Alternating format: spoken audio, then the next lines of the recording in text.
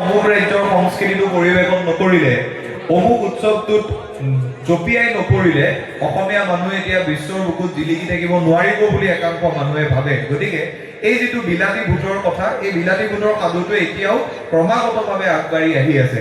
এই কথাবোৰ পাছলৈ থৈ মই পুনৰ জ্যোতিপ্ৰসাদ আগৰৱালাৰ বিষয়ে আমি কমকৈ চৰ্চা কৰা দুটিমান কথা কওঁ। মই সদায় যেতিয়া তেখেতৰ এখন খুব বিখ্যাত ৰচনা শিল্পীৰ পৃথিৱী, যদিও শিল্পীৰ পৃথিৱী এখন ৰচনা হিচাপে পিছত প্ৰকাশ পাইছে, ডিব্ৰুগড়ত অনুষ্ঠিত অসম সংগীত সন্মিলনৰ এক সভাত তেওঁ দিয়া বক্তৃতাটোৱেই পাছলৈ শিল্পীৰ পৃথিৱী হিচাপে প্ৰকাশ পাইছে।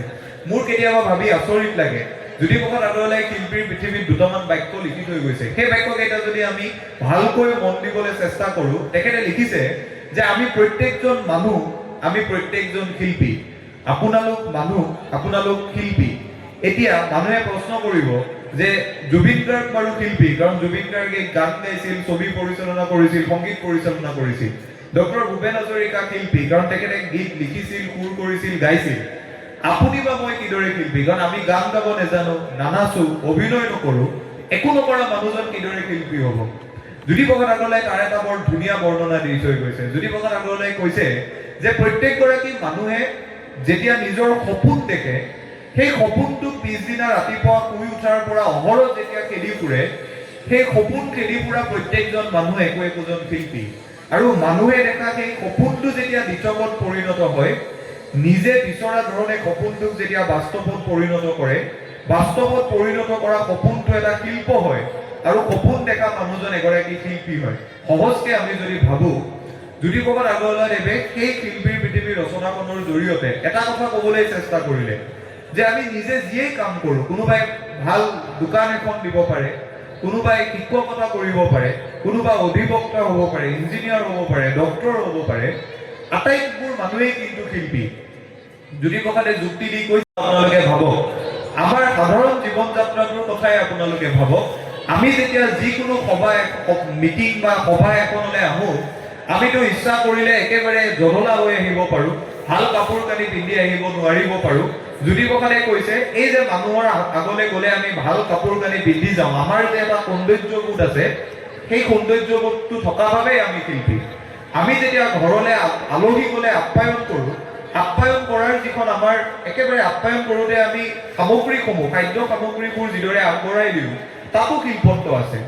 আমি জীৱনটোত, দৈনন্দিন জীৱনটোত কৰা প্ৰত্যেকটো কামত যেতিয়া সৌন্দৰ্যবোধ লুকাই থাকে, প্ৰত্যেকটো কামত শিল্পত্ব আছে। গতিকে জ্যোতিপ্ৰসাদ আগৰৱালাই এই কথাটো ক'বলৈ চেষ্টা কৰিছিল, এই যে আমি ৰাতি দেখা সপোনবোৰ পিছদিনা ৰাতিপুৱাৰ পৰা খেদা গোটেই প্ৰক্ৰিয়াটো, সেই প্ৰক্ৰিয়াটো যে আমি অহৰহ চলাই নিব লাগে, সেই প্ৰক্ৰিয়াটোতেই যে আমি জীৱনৰ প্ৰকৃত অৰ্থ বিচাৰি পাব পাৰোঁ, সেই কথা ক'বলৈ তেখেতে চেষ্টা কৰিছিল।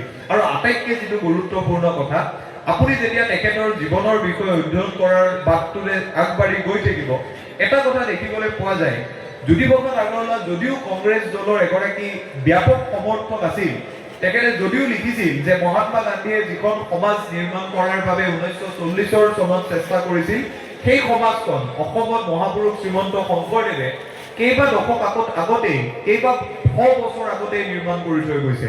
গতিকে আমাক তেওঁ বাৰে বাৰে এই কথাটো উপলব্ধি কৰাবলৈ চেষ্টা কৰিছিল যে সমতাৰ যিখন অসম, সকলো জাতি জনগোষ্ঠী, ভাষা, ধৰ্ম, বৰ্ণ, ভাষা নিৰ্বিশেষে সকলো অসমীয়া একেলগে থকা যিখন অসম, সেই অসমখন মহাপুৰুষ শ্ৰীমন্ত শংকৰদেৱে তাহানিয়ে নিৰ্মাণ কৰিছে। গতিকে সেই অসমখন আমি জীয়াই ৰাখিব লাগে। গতিকে এই যিটো কথা, মানে জ্যোতিপ্ৰসাদ আগৰৱালাই আগবঢ়াই অনা শংকৰদেৱৰ যিটো চিন্তা, সমন্বয়ৰ অসমৰ চিন্তা, সেই চিন্তাটো পাছৰ সময়খিনিত আমি কাৰ মাজত দেখিছোঁ, সেই কথাবোৰলৈ লাহে লাহে আহিম। কিন্তু যিটো কথা আটাইতকৈ গুৰুত্বপূৰ্ণ, এই যিখন সমতাৰ অসমৰ স্বপ্ন, এই সমতাৰ অসমৰ স্বপ্ন দেখা জ্যোতিপ্ৰসাদ আগৰৱালা প্ৰথম অৱস্থাত যদিও কংগ্ৰেছৰ ব্যাপক সমৰ্থক আছিল, ভাৰতীয় জাতীয় কংগ্ৰেছৰ সমৰ্থক আছিল, পাছৰ পৰ্যায়ত কিন্তু তেখেতৰো